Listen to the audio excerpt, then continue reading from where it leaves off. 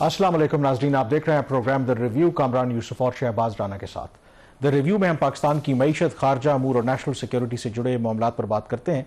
अमरीका और ईरान के दरमियान 18 अप्रैल को मफाहमत की याददाश्त पर दस्तखत के बाद पहली मरतबा टिट फॉर टैट एक दूसरे पर उन्होंने हमले किए हैं और अमरीकी सेंटकॉम ने आज ये कहा कि उन्होंने ईरान ने मुबैना तौर पर स्ट्रेट ऑफ होर्मुज़ में एक कार्गो शिप जिसको ड्रोन के जरिए या अदरवाइज निशाना बनाया गया था, उसके जवाब में अमेरिका ने जो ईरान के कुछ रेडार और ड्रोन बनाने वाली फैक्ट्रीज हैं उनको निशाना बनाया। ईरान ने कहा कि ये जो दोनों मुल्कों के दरमियान जंगबंदी का मुआहदा है, MOU, और उसकी खिलाफ वर्जी है।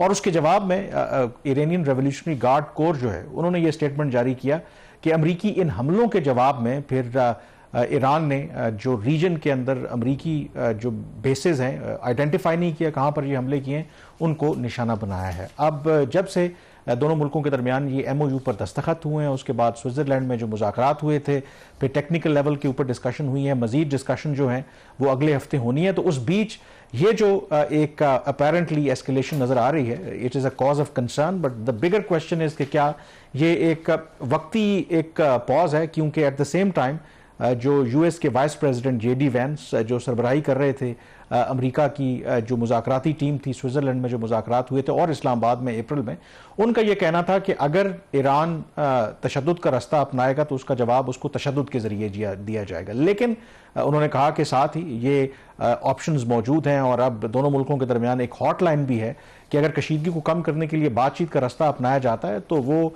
अमेरिका उसके लिए भी तैयार है। दूसरी तरफ ईरान ने खबरदार किया है, उन्होंने कहा है कि अगर स्ट्रेट ऑफ होर्मुज़ हो या अदरवाइज जंगबंदी की छोटी या बड़ी कोई भी खिलाफवर्जी होगी तो उसका मुंह तोड़ जवाब दिया जाएगा। तो शहबाज, इससे अंदाज़ा होता है कि ये जो 24 घंटे की डेवलपमेंट है, वाइल जो डिप्लोमेटिक प्रोसेस है वो अपनी जगह पे इंटैक्ट है, लेकिन कितना चैलेंज है इस पीस प्रोसेस को एक मंतकी अंजाम तक पहुंचाने में, ये पिछले 24 घंटे के जो वाकयात हैं क्लियर एक रिफ्लेक्शन है उसका। कामरान, इसका जो सिलसिला जुमेरात से शुरू हुआ, फिर टिट फॉर टैट वाला एक सिलसिला शुरू हो गया, लेकिन क्या ये चीज़ अभी तक डिटर्मन हुए कि जो जुमेरात को पहला अटैक हुआ था किसी कार्गो शिप के ऊपर स्ट्रेट ऑफ होर्मुज़ में, वो ईरान की तरफ से ही हुआ था? क्योंकि शुरू से ही खदशा ये रहा है कि इसराइल जो है वो इस अमन माहदे के खिलाफ है और कुछ और ममालिक भी हैं जो नहीं चाहते कि इन दोनों ममालिक के दरमियान अमन और ईरान को किसी किस्म की रिलीफ हो। तो ये पहले दिन से इस बात के खदशात थे कि पीस एग्रीमेंट होने के बाद भी इस किस्म की कोई कार्रवाई हो सकती है। तो जो चीज़ ट्रिगर हुई जहाँ से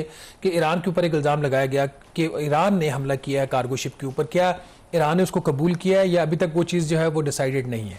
ईरान मेरे ख्याल में उस तरीके से उन्होंने क्लियरली एक्सेप्ट नहीं किया, बट हैविंग सेड दैट ये जो स्ट्रेट ऑफ होर्मुज़ वाला मामला है ये अभी भी उस तरीके से क्रिटिकल है, क्योंकि जो कार्गो शिप था वो ताइवान का बताया जा रहा था और जो अमेरिकी सदर ट्रंप ने भी कहा कि उस पर 4 जो है वो हमले किए गए, 3 उन्होंने नाकाम बनाया, 1 वहाँ पर हिट हुआ। अब ईरान का जो जस्टिफिकेशन उन्होंने पब्लिकली या उसको एडमिट तो नहीं किया, बट वो ये कह रहे हैं कि इस वक्त जो इशू वहाँ पर जो स्ट्रेट ऑफ होर्मुज़ में नया बन रहा है ये क्योंकि 60 दिनों के अंदर एक तो ये है कि कोई वो फ़ी चार्ज नहीं करेंगे और उसको रिस्टोर करेंगे प्री वॉर जो उसका वॉल्यूम था, यहाँ से जहाज़ गुजरते थे। लेकिन ईरान की ये इंटरप्रिटेशन है कि इसका जो रूट है वो खुद डेजिग्नेट करेंगे, जितने शिप्स यहाँ से गुजरेंगे वो कोऑर्डिनेट करेंगे ईरानी अथॉरिटीज़ के साथ। ये जो बताया जा रहा है कि एक तो IMO इंटरनेशनल मैरीटाइम UN का एक इदारा है, उन्होंने भी एक एवैक्यूएशन ऑपरेशन शुरू करने की कोशिश की कि वहाँ पर जो 11,000 जो सी फेरर फंसे हुए हैं, बताया ये जा रहा है कि उन्होंने एक अपना रूट यानी कि अमेरिकी नेवी के साथ मिलकर एक पैरेलल जो रूट है जो कोस्टल है ओमान के साथ जो मिलती है उसके साथ एक पैरेलल रूट जो है उसको उन्होंने बनाने की कोशिश की है। अब ईरान का ये इंटरप्रिटेशन है कि अगर वो हमारे डेजिग्नेटेड रूट के अलावा कहीं और से गुजरेंगे तो फिर हम उसको टॉलरेट नहीं करेंगे। तो बताया ये जा रहा है कि जिस शिप को टारगेट किया गया था कि शायद वो कोऑर्डिनेट नहीं किया था उन्होंने ईरान के साथ। इनफैक्ट आज भी जो ब्रिटिश वो मैरीटाइम का एक इदारा जो उसको मॉनिटर करते हैं, उन्होंने कहा है कि एक और जो शिप को एक प्रोजेक्टाइल जो है हिट किया है, अननोन, पता नहीं है किसने किया है। अब जाहिर है कि बड़ी एक वॉलेटाइल सिचुएशन है, तो ये एक इंटरप्रिटेशन का भी इशू है। ईरान का ये मानना है कि ये सीज फायर की वायलेशन है, क्योंकि MOU में ये एग्री किया गया था कि ठीक है हम कोई फ़ी चार्ज नहीं करेंगे 60 दिनों तक, लेकिन जो उसका रूट होगा डेजिग्नेटेड वो ईरान ही उसका तयन करेगा। लेकिन ये खबरें आ रही हैं कि अमेरिका जो है एक पैरेलल रूट जो है वो कायम करना चाहता है ताकि ईरान का मुकम्मल तौर पर उसके ऊपर कंट्रोल ना हो, तो ये भी एक कन्फ्यूजन है। तो ये एक मेरे ख्याल में बहुत बड़ी वजह है जिसकी वजह से, लेकिन उसमें जो इंपॉर्टेंट चीज़ है, अब जिस तरह अमरीकी नायब सदर जेडी वैंस ने कहा है कि अब दोनों मुल्कों के दरमियान एक MOU, एक हॉट लाइन भी है, खास करके स्ट्रेट ऑफ हॉर्मुज़ में कोई मिसकैलकुलेशन ना हो, तो अगर किसी वक्त भी किसी को लगता है कि कोई अनइंटेंडेड एस्केलेशन हो सकती है, तो वो हॉट लाइन का जो इस्तेमाल है वो कर सकते हैं। And this is also in a way historic. अगर आप देखें कि कहाँ अमेरिका और ईरान, खास करके अमेरिका जो है ईरान को एक्सेस ऑफ ईविल भी कहता था, उनको दहशतगर्द मुल्क भी करार देता था, और आज उनके साथ उन्होंने यहाँ तक आ गए कि एक हॉट लाइन तक इस्टेब्लिश कर ली है जिसमें वो किसी भी मुमकिना तौर पर जो एस्केलेशन है उसको प्रिवेंट करने के लिए काम कर सकते। सो व्हाइल हैविंग सेड दैट, ये जो एस्केलेशन या apparently tit for tat attacks हुए हैं, उससे जो fragile nature of this MOU है, जो सीज फायर है, वो रिफ्लेक्ट तो होती है, but at the same time इसका ये हरगिज़ मतलब ये नहीं है कि दोनों जो पार्टीज़ हैं वो शायद बिल्कुल उम्मीद जो है ना वो हिम्मत हार बैठी हैं या दोबारा जंग की तरफ जाना चाहती हैं। शायद कहीं ना कहीं दोनों तरफ प्रोजेक्शन ऑफ पावर भी है। ईरान अपनी पावर दिखाना चाहता है, अमेरिका भी चाहता है। पाकिस्तान और कतर इसमें मीडिएटर हैं, तो ये जो दोनों मीडिएटर्स हैं, इनका रोल सिर्फ मुज़ाकरात के दौरान मीडिएशन ही था, या ये गारंटर्स भी हैं कि अगर कोई जो इसका आपका MOU है, इसकी कोई वायलेशन होती है, तो उस वायलेशन के होने के बाद ये जो गारंटर्स हैं या मीडिएटर्स हैं, उनका क्या रोल होगा इस केस में? देखिए, बिल्कुल आई थिंक पाकिस्तान और जो कतर हैं वो ना सिर्फ मीडिएटर हैं, बल्कि जो टेक्निकल लेवल की डिस्कशंस, बल्कि जो सारे मुज़ाकरात के दौर हुए उसमें मौजूद भी रहे। आगे जो टेक्निकल लेवल की डिस्कशंस अगले हफ्ते से शुरू होनी है, उसमें बाकायदा तौर पर इन दोनों मुल्कों के नुमाइंदे भी वहां पे मौजूद होंगे। So they are actively part of the discussion. अब गारंटर्स नहीं, गारंटर्स का तो मेरे ख्याल में कोई एक्सप्लिसिटली लिखा भी नहीं हुआ, और ना ही मेरा ख्याल है कि वो दोनों गारंटी दे सकते हैं। हाँ, ये जरूर है क्योंकि मीडिएटर्स इसमें इन्वॉल्व हैं, तो वो they can press upon both sides कि वो एडहेयर करें जो भी इसके हवाले से सीज फायर की क्लॉजेज हैं उससे मुतालिक। एंड आई एम श्योर कि आज भी जैसे पाकिस्तान के वज़ीर ख़ारजा और ईरान के वज़ीर ख़ारजा के दरमियान टेलीफोनिक रब्ता हुआ है, और उसमें जो लेटेस्ट ये डेवलपमेंट्स हो रही हैं उसको डेफिनेटली डिस्कस किया होगा। तो गारंटर्स बेशक ना हो, बट पाकिस्तान और कतर स्टेक होल्डर्स तो हैं, क्योंकि उनका भी इंटरेस्ट है कि ये जो सीज फायर हुई है, फिर जो MOU पर दस्तखत हुए हैं, जो एक रोड मैप ऑलरेडी तय हो गया है, उस पर आगे चल के अमल दरामद किया जाए। अच्छा, इसमें एक और जो इससे जुड़ी हुई चीज़ है, आप थोड़ा सा आगे इस पर मज़ीद भी बात करना चाहेंगे। जो तेल की कीमतें हैं, वो एक बड़ा एक क्रिटिकल एलिमेंट पाकिस्तान में भी बनता जा रहा है। इस पर भी थोड़ी सी बात करने की ज़रूरत है। आलमी मंडी में तेल की कीमतें अच्छी खासी कम हुई। अब अभी तो मार्केट बंद है, मंडे को पता चलेगा कि कैसे। कल जब क्लोज हुई थी तो ऑलमोस्ट अराउंड 72 के करीब प्राइस आ गई है, लेकिन जो डाटा मेरे सामने पड़ा हो, क्योंकि पाकिस्तान की जो प्राइस है वो ब्रेंट क्रूड के साथ तो उसका कोई ताल्लुक नहीं है डायरेक्टली। हम जो अरब की जो प्लाट्स है उसको लेते हैं, उसमें भी हमारी जो फिनिश प्रोडक्ट्स हैं वो उस पर मैटर करते हैं। अगर आप इजाजत दें इसको साथ ही एक्सप्लेन कर दें इस इशू को, क्योंकि जरूरी है। कल जब हम प्रोग्राम कर रहे थे तो वी थॉट के में भी एक और खुशखबरी गवर्नमेंट की तरफ से मिले, क्योंकि इंटरनेशनल मार्केट में जो तेल की कीमतें नीचे जा रही हैं। मेरा कंसर्न दूसरा था कि बढ़ाना दें। बढ़ा, अच्छा आपका, अच्छा मेरा कंसर्न ये था, मेरा ख्याल था कि शायद नहीं, लोग ये उससे पहले बड़ी स्पेकुलेशंस थी कि एक बड़ा जो है ना वो प्राइस कट आ रहा है। नहीं, तो लोगों को हैरानी हुई जब पता लगा कि गवर्नमेंट ने उसको मेंटेन रखा है, और उसके बाद फिर काफी सोशल मीडिया के ऊपर लय दे भी हो रही है कि क्या गवर्नमेंट ने जो ऑयल मार्केटिंग कंपनीज हैं इनको फायदा पहुंचाने के लिए ये जो कीमतें हैं बरकरार रखी हैं, जो फायदा आवाम को दे सकते थे वो नहीं दिया। तो जरा इस पे क्लैरिफाई थोड़ा सा क्लैरिफाई कर देते हैं। मैं ये क्यों कह रहा था कि बढ़ा सकते हैं, उसके कामरान वजह ये थी कि पिछले हफ्ते हमने अपने प्रोग्राम में बताया था कि जो तेल की कीमतों में कमी हुई है वो आलमी मंडी से ज्यादा कमी की थी इन्होंने, चूंकि आलमी मंडी से ज्यादा कमी कर दी थी, और उसमें जो एक फंड इस्तेमाल हुआ था जो इजाफी कमी की गई थी 14 रुपए फी लीटर पेट्रोल के ऊपर, आलमी मंडी से जो ज्यादा इजाफा इन्होंने कम किया था, और 7 रुपए डीजल के ऊपर। एक हमारा जो जहाज था शालीमार, अप्रैल 2026 में उसको स्ट्रेट ऑफ हॉर्मुज़ से वहाँ से शिपमेंट्स पाकिस्तान ने करवाई थी, वहाँ से उसको जहाज़ ने वो तेल ख़रीदा था। हालांकि उसने उस वक्त स्ट्रेट ऑफ हॉर्मुज़ बंद था, तो उसमें जो ट्रांसपोर्टेशन के जो उस वक्त प्रीमियम्स थे उसकी मद में कोई सेविंग हुई थी कुछ 4-5 अरब रुपए की। उसमें तय ये पाया था कि उस वक्त जो सेविंग होगी ये जहाज़ पार्को ने, आज उस पर बात भी हमने करनी है, जो पाक अरब रिफाइनरी कंपनी है उसके बोर्ड के हवाले से, तो पार्को ने ये जो तेल इंपोर्ट किया था, और जो ट्रांसपोर्टेशन की मद में उसमें सेविंग, उसमें 85% हिस्सा गवर्नमेंट ऑफ पाकिस्तान को आना था और 15% पार्को को जाना था। पार्को के अंदर भी गवर्नमेंट के 60% शेयर्स हैं। तो जो 85% गवर्नमेंट ऑफ पाकिस्तान का शेयर था वो जो शेयर था उसकी मद में कोई 3.9 अरब रुपया पाकिस्तान को मिला, वो इस्तेमाल हुआ है तेल की कीमत पिछले हफ्ते कम करने के लिए। तो लोगों के अंदर ये जो एक मिसअंडरस्टैंडिंग पाई जाती है ना कि जी हुकूमत इस हफ्ते का जो रिलीफ है वो बनता था, दिया नहीं, वो हम आवाम को जो भी नाज़रीन को नंबर बता देते हैं। नाज़रीन, जो इसमें जो एक्स रिफाइनरी प्राइस डीजल की आ रही थी, ये मैं बात कर रहा हूँ 27 जून 2026 की, अभी जो हफ्ता ख़त्म हुआ है, वो 210 रुपये 51 पैसे आ रही थी, और जो पिछला हफ्ता था उसके मुकाबले में ये 6 रुपये 57 पैसे कम थी। ये डीजल की प्राइस में 6 रुपये 57 पैसे फी लीटर कमी जरूर थी, लेकिन डीजल के ऊपर जो पेट्रोलियम लेवी हुकूमत चार्ज कर रही थी वो 73 रुपये फी लीटर कर रही थी, जिसको हुकूमत ने बढ़ा के कर दिया 79 रुपये 54 पैसे फी लीटर।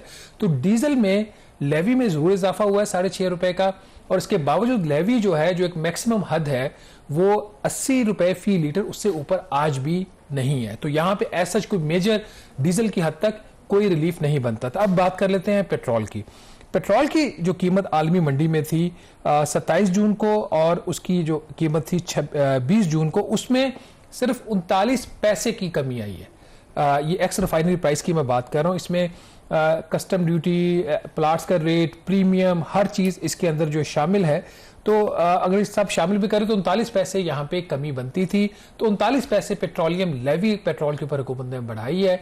उसके बावजूद जो इस वक्त पेट्रोल के ऊपर लेवी है वो 66 रुपये और 64 पैसे है, जो कि अभी भी जो 80 रुपये फी लीटर लेवी है उससे कम है। अब कामरान, इसमें सवाल ये है, पहले हम ये गवर्नमेंट पे क्रिटिसाइज कर रहे थे कि आप 80 रुपये से आप क्यों ज्यादा लेवी ले रहे हो, क्योंकि IMF के साथ जो आपके टारगेट सेट थे उसमें 80 रुपये की लिमिट थी। तो इस वक्त पेट्रोल के ऊपर 65 रुपये लेवी है, 80 भी नहीं है। तो ये जो 15 रुपये फी लीटर कम हुकूमत यहाँ पे लेवी ले रही है, कहाँ से ऑफसेट होगी? जो हमारा थ्रू आउट क्रिटिसिज्म रहा है पिछले 3-4 माह में गवर्नमेंट के ऊपर, आप क्यों ज्यादा लेवी ले रहे हो, आपका हदफ अचीव हो रहा है। तो इस पूरे महीने में जो टोटल लेवी हुकूमत को चाहिए कलेक्शन, वो सिर्फ 66 अरब रुपया चाहिए। अगर वो 66 अरब इकट्ठा कर लेते हैं तो जो IMF से तय हदफ है रिवाइज भी वो हासिल हो जाएगा। तो इन रेट्स के ऊपर वो 66 अरब रुपए से ज्यादा ही इनको इकट्ठा होगा।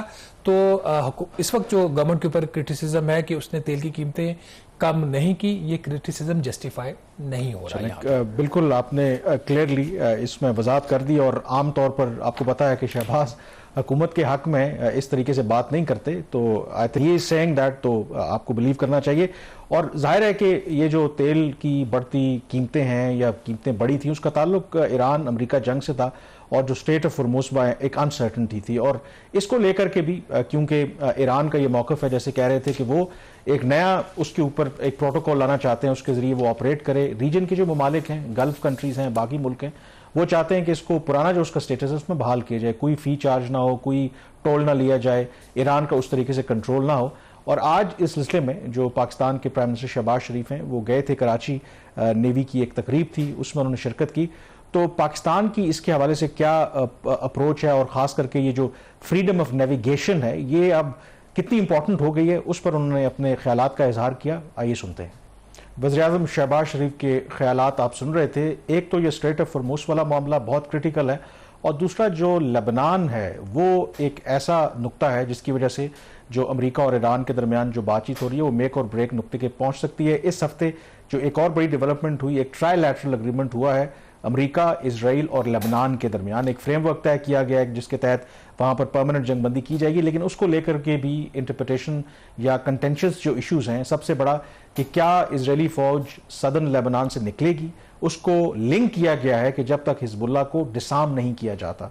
तो इन अ वे कहा यह जा रहा है कि शायद इसका तो ये मतलब है कि जो इजरायली फौज है वो इमीडिएटली सदर्न लेबनान से नहीं निकलेगी, और ये आने वाले वक्तों में एक मेजर कंटेंशियस पॉइंट बन सकता है between Iran end of course US। उस पर हम नजर रखेंगे। यहाँ पे ब्रेक लेंगे, ब्रेक के बाद जिक्र करेंगे एक और हुकूमत के अहम फैसले से जो हमारे पाकिस्तानी बाहर रहते हैं और कीमती ज़र मुबादला भेजते हैं, उससे मुतालिक एक अहम फैसला लिया है हुकूमत पाकिस्तान ने। उस फैसले का क्या असर पड़ेगा, खास करके जो लोग पाकिस्तान से बाहर पैसा भेजते हैं, बात करेंगे ब्रेक के बाद। जी, ब्रेक के बाद एक दफ़ा फिर आपको खुशामदीद कहते हैं। 2009 में पीपल्स पार्टी की गवर्नमेंट थी और उन्होंने एक इनिशिएटिव लिया था जिसका नाम था पाकिस्तान रेमिटेंसेस इनिशिएटिव, जिसका मकसद जो ओवरसीज़ पाकिस्तानीज़ हैं उनको इनकरेज करना था कि वो थ्रू प्रॉपर चैनल पाकिस्तान में पैसा भेजें और उनको इसके हवाले से इंसेंटिव भी दिया गया था।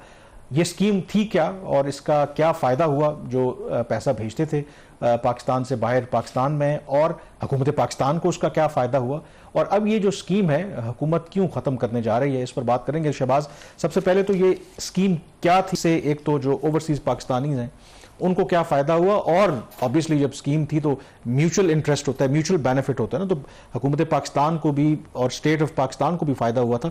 तो ये ज़रा एक्सप्लेन करें, और अब इस स्कीम को क्यों ख़त्म किया जा रहा है। Over period of time Kamran Pakistan की जो बरामदात है वो नहीं बढ़ रही। बहुत ज़्यादा इनिशिएटिव्स हुकूमत ने लिए, बहुत ज़्यादा सब्सिडीज़ दी। किसी टाइम पे इनको बिजली पे भी सब्सिडी मिलती थी, गैस पे भी मिलती थी। अभी तक तो इनको इंटरेस्ट रेट के ऊपर सब्सिडी है, इनकी जो कर्जे लेते हैं वो सब्सिडाइज रेट्स के ऊपर इनको कर्जे मिलते हैं एक्सपोर्टर्स को। इसके बदले में जो हमारी रेमिटेंसेस बाहर से आती हैं, जो हमारे बहन भाई मुल्क से बाहर से जाके काम कर रहे हैं, उनको किसी किस्म का कोई इंसेंटिव नहीं मिलता था। बावजूद इसके कि जितने भी इंसेंटिव्स एक्सपोर्टर्स को दिए गए, आज जो हम जून का महीना भी ख़त्म होने जा रहा है, हमारी जो सालाना एक्सपोर्ट्स होगी वो 30 अरब डॉलर के आसपास होंगे। अभी नंबर तो हतमी नहीं आया, अभी महीना ख़त्म नहीं हुआ। 30 अरब डॉलर की हमारी पूरे साल में एक्सपोर्ट्स होंगी, और हमारी जो रेमिटेंसेज होंगी वो कम अज़ कम भी 41 अरब डॉलर होंगी। और ये क्यों 41 अरब डॉलर होगी? ओवर पीरियड ऑफ टाइम एक जो स्कीम जिसका आपने जिक्र किया 2009 में जब पाकिस्तान पीपल्स पार्टी ने ये स्कीम लॉन्च की तो 8 अरब डॉलर की भी हमारी रेमिटेंसेज नहीं थी। और रेमिटेंसेज तो बाहर से आ रही थी, जा किधर रही थी, बहुत ज़्यादा हवाला और हुंडी से आ रही थी।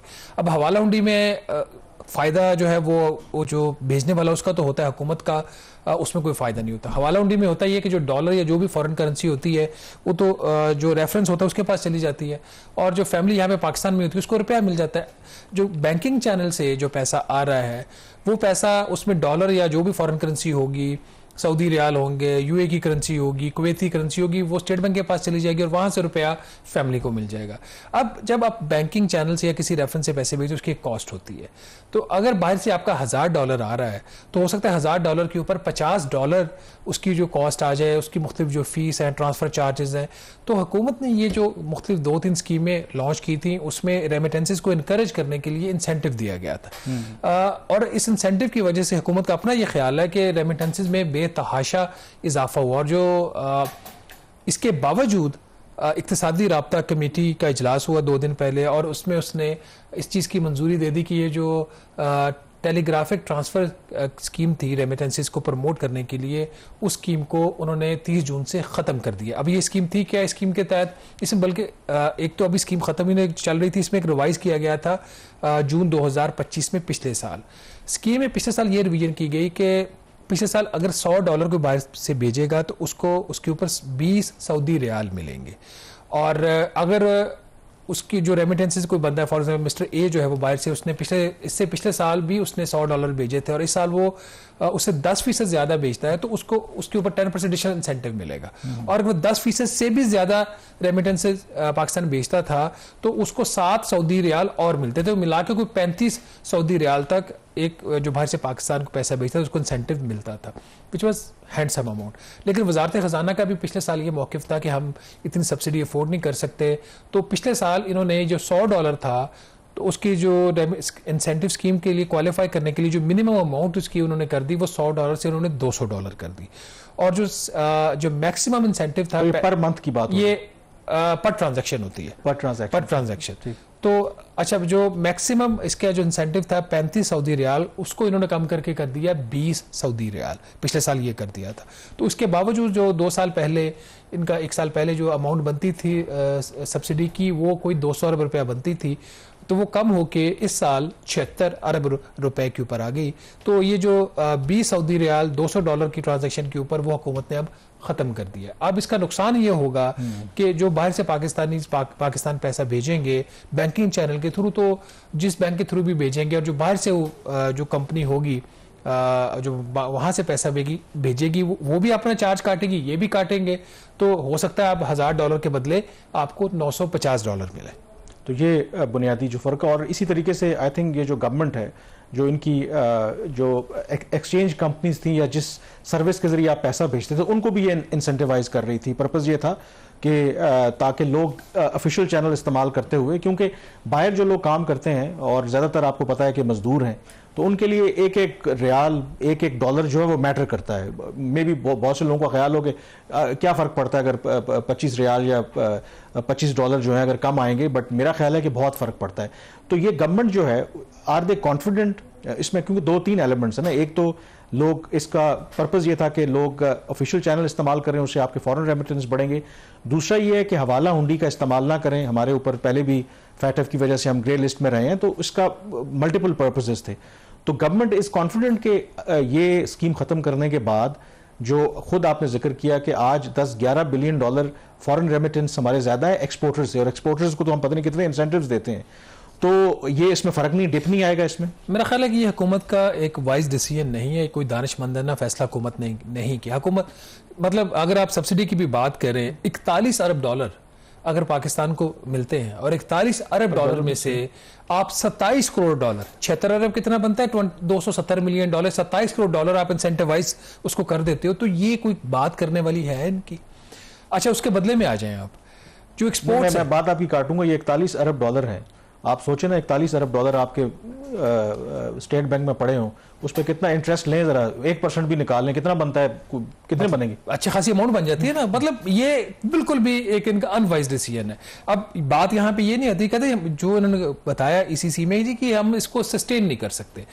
अब एक्सपोर्ट्स के ऊपर आ जाए, 88 अरब रुपया इसी बजट में जो मंजूर हुआ है, जिसकी सदर पाकिस्तान ने कल मंजूरी भी दे दी है, 88 अरब रुपया रखा गया है एक्सपोर्ट फाइनेंस फैसिलिटेशन स्कीम के लिए। इसका मतलब क्या है कि इस वक्त इंटरेस्ट रेट है 11.5%, लेकिन जो एक्सपोर्टर है अगर उसने बैंक से कर्जा लेना है तो उसको 4.5% पे मिलेगा। अच्छा, ठीक है, उसको 7% उसको सब्सिडी हुकूमत ने दे दी है कर्ज के ऊपर जो सूद वो देता है।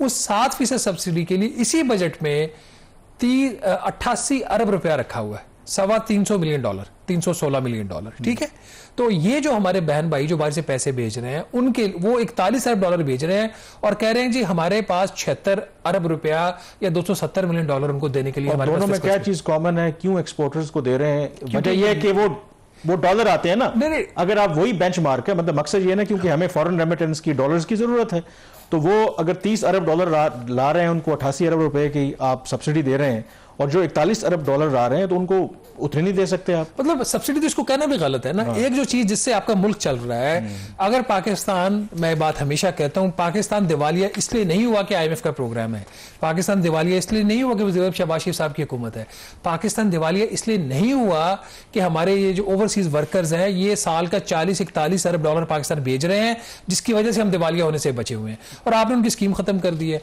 ECC ने ये फैसला किया 2 दिन पहले। अब ECC की मीटिंग में स्टेट बैंक ने ये बताया जी कि हम एक मार्केट बेस्ड कोई मैकेनिज्म लेके आ रहे हैं, जहां पे जो कमर्शियल बैंक्स हैं उनको वो कोई तरीकेकार निकालेंगे, तो जो कॉस्ट है इसकी सब्सिडी की या इंसेंटिव्स की वो बजट के ऊपर ना आए, तो मार्केट बेस हम इंसेंटिव लेके आएंगे, उससे करेंगे। तो अगर कुछ मार्केट बेस इंसेंटिव देना भी था तो पहले वो लेके आते। ठीक है, फिर आप कहते हैं कि जी ये हम दे रहे हैं और ये वापस ले रहे हैं, तो समझ आती है। तो आज के दिन में अगर आप बाहर से 1 जुलाई को अगर आप कोई $500, $1000 बाहर से बेचेंगे, तो वहां से जो बेचने वाला वो भी पैसे काटेगा और यहां से बैंक वाला वो भी अपनी ट्रांजैक्शन फी लेगा। लेट्स सी, अभी ECC ने ये फैसला किया है, मे बी कैबिनेट में जाएगा, फाइनल अप्रूवल तो कैबिनेट ने देनी है। वहां पर क्या कैबिनेट यूजुअली, कामरान आपकी बात काट रहा हूं, आजकल काबीना में फैसले व्हाट्सएप के ऊपर ज्यादातर हो रहे हैं, जो रेगुलर समरीज हैं कैबिनेट मीटिंग में वो उस तरीके से नहीं डिस्कस हो रही। बहुत सारे अहम फैसले जिसमें अगला फैसला भी आने वाला, उस पर भी बात करेंगे। काबीना से उसकी मंजूरी सर्कुलेशन के जरिए ली जाती है, और पहले सर्कुलेशन पे मंजूरी वो लैपटॉप पे लेते थे, अब वो भी नहीं है, व्हाट्सएप मैसेज। मेरा ख्याल था कि हमारे यहाँ जो वैसे मीडिया पे भी तनकीद करनी चाहिए कि व्हाट्सएप पे रिपोर्टिंग होती है, अब तो काबीना व्हाट्सएप पे चल रही है, तो ये मेरे ख्याल में ठीक बात नहीं है। एनीवेज, यहाँ पे ब्रेक लेंगे, ब्रेक के बाद जिक्र करेंगे एक और हुकूमत के फैसले का कि ब्यूरोक्रेट्स को रीअपॉइंट करने का फैसला किया है, कि एक स्ट्रेटेजिकली बड़ा अहम एक जो पाक अरब रिफाइनरी कंपनी है, और ये क्या फैसला दुरुस्त है। ब्रेक के बाद इस पर बात करेंगे। जी, ब्रेक के बाद एक दफ़ा फिर आपको खुश आमदीद कहते हैं। हुकूमत ने जो ब्यूरोक्रेट्स हैं उनको एक मरतबा फिर पाक अरब रिफाइनरी कंपनी है, बड़ी एक स्ट्रेटेजिकली अहम वाइटल है पाकिस्तान में, अगर आप एनर्जी की बात करें, उसमें ब्यूरोक्रेट्स को एक मरतबा फिर अपॉइंट करने का फैसला किया है। शहबाज से पूछेंगे कि पहले भी ब्यूरोक्रेट्स थे इसमें, क्योंकि ये UAE और पाकिस्तान की मुश्तरका ये कंपनी है, तो इसमें क्या कबाहत है, स्टोरी क्या है इसमें? स्टोरी ये है कि आपको पता है इस बोर्ड की अगर अटेंड करें, एक गेस करें कि कितने पैसे मिलेंगे बोर्ड फी आपको, कोई गेस लगाएं। अगर आप मैं पहले जिक्र किया, ये तो मुझे पता है डॉलर्स में कितने होंगे, डॉलर्स में मिलती है 3-3,500 $, तो $3500 एक बोर्ड मीटिंग के। एक मीटिंग अटेंड करनी, एक मीटिंग तो कितना बन गया आपका, तकरीबन आज के एक्सचेंज रेट के ऊपर 9,75,000, 10 लाख रुपया। अच्छा, तो ये कैच है इसके अंदर। तो उसमें उस मीटिंग में क्या करते हैं वो? नहीं, उस मीटिंग तो बड़ी अहम होती है ना, हर बोर्ड मीटिंग बहुत अहम होती है। देखिए पार्को जो है, पाक अरब रिफाइनरी, ये पाकिस्तान, इसको कहा जाता है कि जो पाकिस्तान का एनर्जी फ्रेमवर्क है, एनर्जी सेक्टर, उसकी ये स्ट्रेटेजिकली वाइटल एंटिटी है। इसके 60% इसकी जो मलकियत है वो हुकूमत पाकिस्तान की है और 40% जो है मुत्तहिदा अरब अमारात की है। तो इसमें टोटल इसके 10 बोर्ड के डायरेक्टर्स होते हैं, 6 इसमें जो है हुकूमत पाकिस्तान का इख्तियार है लगाने का, और 4 जो है वो मुत्तहिदा अरब अमारात की गवर्नमेंट लगाती है। इसका जो बोर्ड लास्ट बना था कामरान, वो मई 2023 में बना था, और 3 साल के लिए इसके बोर्ड की अपॉइंटमेंट करती है फेडरल गवर्नमेंट। उस बोर्ड को, उसकी टर्म खत्म हो गया, अब नया बोर्ड, उसकी वफाकी काबीना ने और हुकूमत ने उसकी जो है मंजूरी दे दी है। 5 जो एग्जिस्टिंग डायरेक्टर्स जिनके टर्म खत्म हो रहे थे, उसमें 4 को हुकूमत ने रिटेन किया और 1 की रिप्लेसमेंट हुई है। पहले रिप्लेसमेंट की बात कर लें। मेरे कर लें, उनका क्या कसूर था जो एक रिप्लेसमेंट के 4 को अगर रखा है? अच्छा, जहांजेब खान साहब जो है, जो इसके सेक्रेटरी हैं, जो एग्जेक्टिव इसकी जो एपिक्स कमेटी है, स्पेशल इन्वेस्टमेंट फैसिलिटेशन काउंसिल की, जहांजेब खान साहब की जो मुद्दत है वो मुकम्मल होगी, उनको एक्सटेंशन नहीं दी गई। उनकी जगह पे मिसेस रबाब सिकंदर, नाम जाना पहचाना, उनको अपॉइंट किया गया है। ये कस्टम्स की ऑफिसर हैं ग्रेड 22 की, इनको पिछले साल ग्रेड 22 में प्रमोशन मिली थी। चीफ इलेक्शन कमिश्नर जो है सिकंदर सुल्तान राजा साहब की ये अहलियां हैं। अच्छा, इसलिए मैंने कहा कि नाम जाना पहचाना उनको बोर्ड पे लाया गया है। और इसके अलावा जो बाकी 4 नाम है, जिसमें 2 तो एक्स ऑफिशियो हैं, वो इस बाय नेम नहीं है, जिसमें सेक्रेटरी पेट्रोलियम जो है इस वक्त जो हामिद याकूब शेख हैं, जो भी सेक्रेटरी पेट्रोलियम होते हैं वो चेयरमैन ऑफ द बोर्ड होते हैं, वो एक्स ऑफिशियो हैं। ठीक है। और सेक्रेटरी फाइनेंस जो है इमदादुल्लाह बोसाल, वो हैं इसके मेंबर। और 2 और मेंबर्स जो हैं उसमें एक राशिद महमूद लंगड़ियाल साहब हैं, चेयरमैन FBR है, लेकिन इनको बोर्ड पे एज अ चेयरमैन FBR इनकी अपॉइंटमेंट नहीं हुई, या सेक्रेटरी रेवेन्यू डिवीजन अपॉइंटमेंट नहीं हुई। इनको बोर्ड पे पहले भी थे ये, अभी कुछ चंद माह पहले इनको शामिल किया गया था बोर्ड में।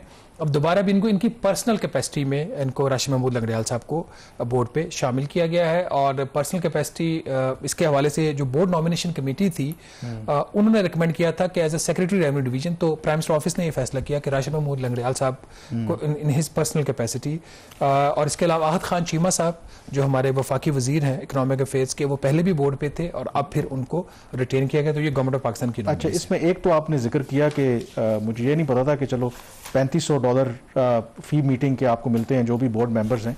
तो ये मीटिंग्स भी, जो अगली मीटिंग हो रही है 2 जुलाई को वियना ऑस्ट्रिया में, तो यूरोप में तो बहुत ज़्यादा गर्मी पड़ रही है, इतनी जितनी पाकिस्तान में पड़ रही थी, इस्लामाबाद में नहीं हो सकती? नहीं, इसका तरीक़ेकार ये है कि अगर साल में 4 मीटिंग्स होती है ना, क्वार्टरली मीटिंग होती है, 2 मीटिंग्स पाकिस्तान में होती हैं, 60% शेयर होल्डिंग है ना। एक मीटिंग इनकी होती है गालिबन अबू धाबी में होती है, या दुबई में, मेरे ख्याल अबू धाबी में शायद, और एक मीटिंग वियना में इसलिए होती है कि जो 40% स्टेक्स है ना UAE की, उसमें एक स्टेक होल्डर जो है वो उनका ताल्लुक ऑस्ट्रिया से, तो इस वजह से वो वहाँ पे होस्ट करते हैं। बट इसमें हमारे बोर्ड ऑफ डायरेक्टर्स तो मेरे ख्याल में उनको कोई इतराज तो नहीं होगा ना, या कि आना जाने में मसला तो नहीं? अब सेक्रेटरी फाइनेंस ने इतना काम किया, छुट्टी तो बनती है ना 2-3 दिन की। बल्कि इसकी other side of the story ये है कि जो लोग इस बोर्ड पे काम करते हैं वो कहते हैं फीस देखने में ज्यादा लगती है, 10 लाख वैसे कम है, वो इसलिए कम है दो वजूहत की बना पर। एक तो ये कि इनकी जो कमेटीज होती हैं इसकी पार्कों के बोर्ड की, उसकी कमेटी की मीटिंग फी नहीं होती, जो कि बाकी बहुत सारे केसेस में मीटिंग फीस होती हैं कमेटीज की भी। और दूसरा वो ये कहते हैं कि ये जो मीटिंग है ये 3 दिन जारी रहती है, 2 दिन इसकी कमेटी मीटिंग्स होती हैं और तीसरे दिन बोर्ड की मीटिंग होती है। तो अगर 3 दिन का पर डे भी आप 3 लाख रुपए लगाएं तो ज्यादा नहीं बनता। तो उनका ये, और एक और जो चीज हमें नहीं बना सकते, हम बेशक हफ्ता मीटिंग जारी रखें, हम चले जाएंगे वियना में, ये हो नहीं सकता। नहीं तो 3 दिन की बजाय हम 7 दिन रख लें, कोई हम कर लेंगे कवरेज के लिए जाएंगे ना, कवरेज के लिए भी तो होना चाहिए ना। बल्कि ये बोर्ड की रेजोल्यूशन, ये मैं कहता हूँ सेक्रेटरी पेट्रोलियम जो है वो चेयरमैन भी है ना, उन्होंने जाना कहा कि कवरेज के लिए 2 सहाफियों के नाम हम लिख के दे देंगे, ये डाल दे। तो मेरा आधे दे दें हमें, $1750, 3500 चलो। नहीं तो हम तो वैसे भी आधा लेंगे ना, 3500 दे दें हमारा। ठीक है, तो मेरा ख्याल आज के इसके लिए इतना काफी है, ज्यादा इस पे बात नहीं करते। डॉलर्स का सुन के हमें मतलब बोलना ही हमारी बोलती बंद हो गई है। बहरहाल यहाँ लेते हैं और ब्रेक के बाद एक और अहम इशू पे बात करेंगे। कोलंबो में इस हफ्ते के आगाज में एक मीटिंग हुई है, उसकी क्या अहमियत है, ब्रेक के बाद इस पर बात करेंगे। जी, ब्रेक के बाद एक दफ़ा फिर आपको खुशामदीद कहते हैं। पाकिस्तान और भारत के दरमियान गुज़श्ता कई सालों से बाकायदा किसी तरह के मुज़ाकरात नहीं हो रहे, बल्कि ओवर द ईयर्स जो दोनों मुल्कों के दरमियान ताल्लुकात हैं उसमें बेहतरी के बजाय तनज़ली हमें देखने को मिली है और बिल्कुल एक मिनिमम आपको एंगेजमेंट नज़र आती है। लेकिन उसके बावजूद पिछले आप देखें कुछ अरसे से, या आप कह लें कि इवन मई 2025 से सरकारी तौर पर ना पाकिस्तान ना भारत आपको ये बताएंगे कहीं ना कहीं कोई ट्रैक 1.5 कहते हैं, ट्रैक 2 है, जिसमें रिटायर्ड जो ऑफिशियल्स हैं फ्रॉम बोथ साइड्स, डिप्लोमेट्स होते हैं, मिलिट्री ऑफिशियल्स होते हैं, जर्नलिस्ट भी उसमें शामिल होते हैं और पॉलिटिशियंस वगैरह भी, वो मुख्तलिफ औकात पर मिलते रहे हैं। और कम अज़ कम बताया जाता है कि पिछले एक साल के अंदर 5-6 मुख्तलिफ मकामात पर मीटिंग्स हुई हैं। लंदन में भी एक मीटिंग हुई जिसको जो लंदन का ही एक थिंक टैंक है, international institute of strategic studies, वो उसका बुनियादी तौर पर रुए रवां है। फिर एक मीटिंग मस्कत में भी बताया जाता हुई है, फिर दोहा, बैंकॉक, और इस हफ्ते के आगाज़ में इसी तरह की एक और मीटिंग श्रीलंका के दारुल-हुकूमत कोलंबो में हुई है। इंटरेस्टिंग बात यह थी कि ये इवेंट भी IISS ने अरेंज करवाया था और उसमें पाकिस्तान और भारत के डेलीगेट्स के अलावा जो सार्क या साउथ एशियन रीजन के बाकी जो ममालिक हैं उसके जो डेलीगेट्स हैं उनको भी बुलाया गया था। लेकिन खबर उसमें यह है कि शायद मे बी वो एक कवर था, उसकी साइड लाइन के ऊपर पाकिस्तान और भारत के कुछ जो रिटायर्ड सिफारतकार हैं, जो डिप्लोमेट्स हैं, उनकी मुलाकात हुई है। और इंटरेस्टिंगली पाकिस्तान की तरफ से पब्लिकली अभी तक दफ्तर खारजा ने, मैंने भी रब्ता किया था, उन्होंने नहीं बताया। शहरी रमान साहिबा थी, जर्नलिस्ट हैं नसीम ज़ारा, फिर एक 2 स्टार रिटायर्ड जनरल हैं जो इन्वॉल्व रहे हैं बैक चैनल एफर्ट में भी, और फिर भारत की तरफ से इंटरेस्टिंगली बीजेपी के एक इन्फ्लुएंशियल रुकन है राम माधव, उनके फॉर्मर आर्मी चीफ हैं जनरल मनोज निर्वाणे, और 2 उनके रिटायर्ड एम्बेसडर्स हैं, उन्होंने इसमें शिरकत की है। तो शहबाज, ये एक्सप्रेस ट्रिब्यून में ये IISS international institute of strategic studies London based. नहीं, आप डरा रहे थे ना, मैंने पता नहीं क्या IISS कोई नहीं इंटेलिजेंस एजेंसी बन गई। लेकिन इसका बड़ा इंटरेस्टिंग लिंक है ना। देखें ना, बरतानिया ने इस मुल्क, इस रीजन के ऊपर आप देखें ना कंट्रोल किया है, तो वो जो कलोनियल हैंगओवर है, देखें ना, वो आज भी कहीं ना कहीं सारों को पता होता है कि थिंक टैंक्स कैसे ऑपरेट होते हैं। तो जो भारत है ना, एक तो थर्ड पार्टी आपको पता है उससे इन्वॉल्वमेंट से हमेशा एलर्जिक रहा है, लेकिन इस केस के अंदर देखें एक लंदन बेस्ड थिंक टैंक है, बेशक ये गैर रस्मी इनफॉर्मली एंगेजमेंट हो, लेकिन इन्वॉल्वमेंट तो है। एंड जो उससे भी बड़ी खबर है, एक और नहीं, जो उससे भी बड़ी खबर है कि ये जो 5 स्टार होटल में जिसमें ये इवेंट हो रहा था, वहां पे फिर एक कंक्लूडिंग डिनर था, और उस डिनर में जो स्टेट डिपार्टमेंट के साउथ एशिया के सीनियर ऑफिशियल हैं पॉल कपूर, वो भी वहां पे मौजूद थे। सो बेसिकली तो हम ये कह सकते हैं कि अमेरिकन कह सकते हैं कि इनडायरेक्टली नहीं, हमारे जो मैं आपको बताने लगा था, जो मैंने खबर की, तो खबर के बाद मुझे कि ये क्या आपने वो खबर की है उससे, तो ये इस तरह का तो कोई मामला नहीं है, ये तो ये कोई गैर मामूली बात नहीं है। इस तरह की मीटिंग्स तो होती रहती हैं और इसका हरगिज ये मतलब नहीं है कि हम कोई बातचीत करने चाह रहे हैं। सिमिलर रिएक्शन जो है इंडियन साइड से भी है, बट ये कंसिस्टेंटली जो मैंने जैसे मीटिंग्स गिनवाई हैं जो हो रही हैं, इसका मतलब है कहीं ना कहीं something is moving behind the scene, although publicly both New Delhi and Islamabad may not acknowledge it। तो ये ऐसा इशू है, मेरा ख्याल इस पे भी ज्यादा बात नहीं करते। इस पे भी, हाँ, ज्यादा बात उस पे नहीं करनी चाहिए। हमने फिर भी कहा कि ये बात करना जरूरी है, अवाम का जानना जरूरी है। ऑल पाकिस्तान और भारत पड़ोसी मुल्क हैं। At the end of the day जो भी इनके इशूज हैं, बातचीत से मामला हल होंगे। ईरान और अमेरिका अजली दुश्मन, अगर वो आपस में बात कर सकते हैं तो पाकिस्तान और भारत भी तो आपस में बात कर सकते हैं। पाकिस्तान का मौकफ बड़ा क्लियर है, हम तो कभी बातचीत से नहीं डरते। Problem lies with India. India अपनी पॉलिसी तब्दील करे, we are ready to engage with them. Program the review से इतना ही। कामरान यूसुफ और शहबाज राना को इजाजत दीजिए। अल्लाह हाफिज।